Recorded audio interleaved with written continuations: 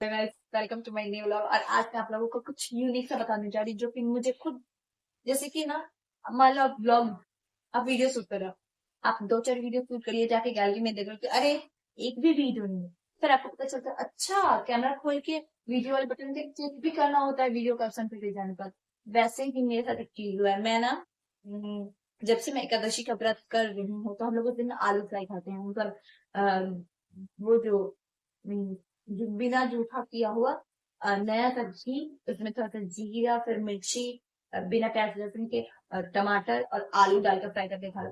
फिर मैं फिर मतलब ऐसे तो मैं बस ऐसे ही बनाती थी क्योंकि मुझे यही रेसिपी पता है। और मैं कभी कोई भी मसाला नहीं ट्राई करती थी डालने, या ऐसा हो सकता है कि आप काली मिर्च को भून के उसको पीस के फिर ऐसे छिड़क के खा सकते हो, और काली नमक के साथ। तो ठीक, घर का नमक यूज नहीं करना है, ठीक, जैसे टाटा नमक, ये सब टाटा नमक वगैरह यूज नहीं करना है, ठीक। तो मुझे नहीं पता था कि मतलब ऐसे एकादशी के व्रत में जो आलू से बनाता है उसमें हल्दी नहीं डालते, क्योंकि मेरी मम्मी ने एक बार बताया था कि हम लोग जो हिंदू लोग होते हैं, पता नहीं ये बात सही है कि नहीं सही, तो मेरी मम्मी बताया है वो लोग हल्दी खाते हैं क्योंकि शुभ माना जाता है, ठीक।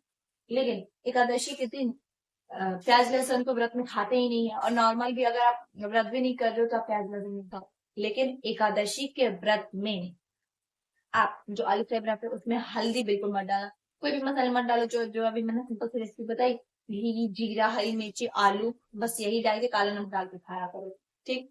क्योंकि हल्दी ना तामसिक होती है, जैसे कि प्याज लहसुन खाने के लिए मना किया जाता है।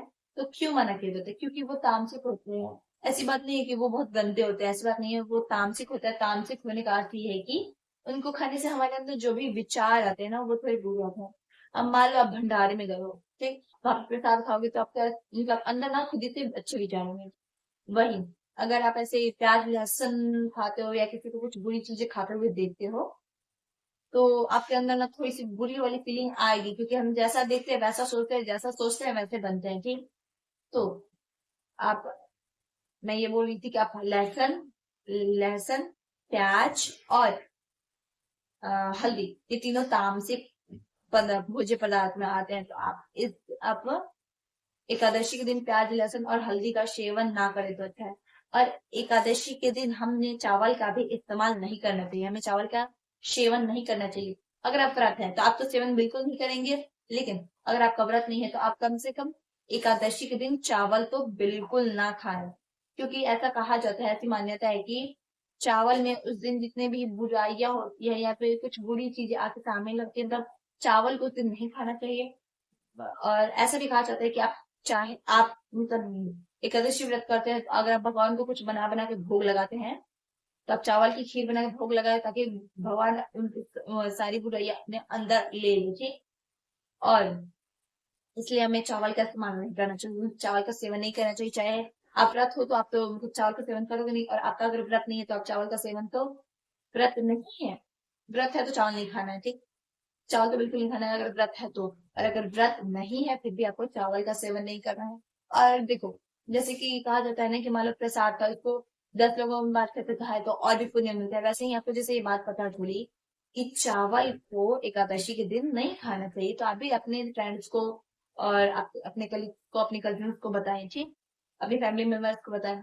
और एक और बात, एकादशी के दिन ठीक, और द्वादशी के दिन। अब द्वादशी क्या है? तो एकादशी आती है एक मंथ में 2 बार, ठीक। और जो भी द्वादशी जो द्वादशी होती है वो एकादशी की जस्ट नेक्स्ट डे आती है। और हर महीने में 2 एकादशी होती है, 2 एकादशी होती है। और हर महीने में 2 द्वादशी होती है। और एकादशी के ठीक अगले दिन ही द्वादशी होती है, क्योंकि एकादशी के ठीक अगले दिन द्वादशी होती है। और द्वादशी के दिन हमें, या एकादशी के दिन हमें, दोनों दिन हमें तुलसी का स्पर्श नहीं करना चाहिए, ठीक।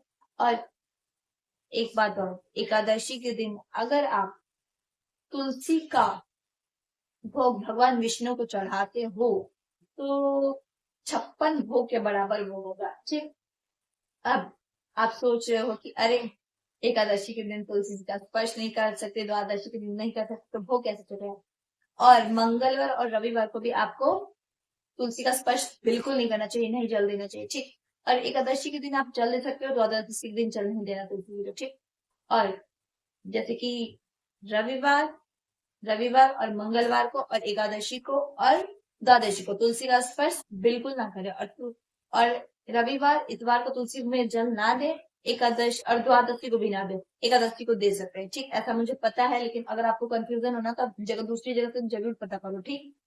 एक लोग पे डिपेंड नहीं रहना चाहिए बिल्कुल, ऐसा मैं नहीं करती, सब कोई कहता है, ठीक।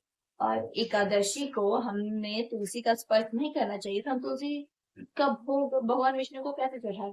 तो अगर मान लो कल एकादशी है और आज है शनिवार और कल है संडे, तो आज के दिन तुलसी के पत्ते को शाम और रात को नहीं, सुबह या दोपहर में इनको प्रणाम करके धो लो, ठीक, 5 पत्ते। फिर अगले दिन इसको धो के एक जगह साफ सुथरा जगह रखना, फिर उसको धो के भगवान जी को अर्पित करना, ठीक। एकादशी के दिन अर्पित कर सकते हो, लेकिन तोड़ना नहीं है, बस उसी दिन नहीं तोड़ना है।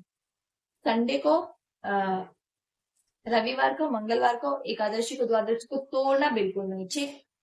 सुनो, एकादशी, द्वादशी, रविवार और संडे को बिल्कुल तोड़ना नहीं है। और संडे मंगलवार को जल नहीं देना है, स्पर्श नहीं करना है, और ना ही एकादशी द्वादशी को जल देना है, स्पर्श करना है, ठीक। आप एकादशी को केवल जल दे सकते हो, स्पर्श नहीं कीजिए, ठीक।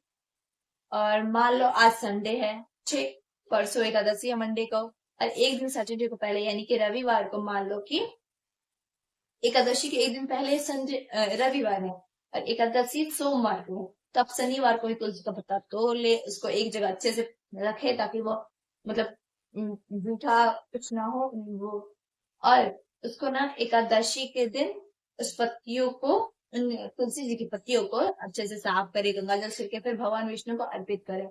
तो मैं एकादशी करती हूँ, तो मुझे ये कुछ बातें मुझे भी पता चली है, तो आप सभी भी इन बातों को फॉलो करे छे।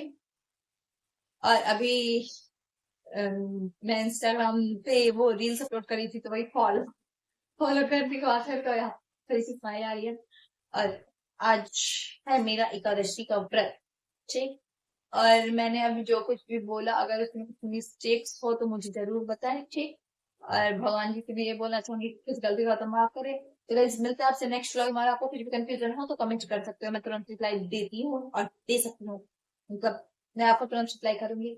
Okay bye guys, Radhe Krishna. आप सभी को एकादशी का व्रत रखें, एकादशी का व्रत रखना बहुत ही अच्छा होता है। बाय।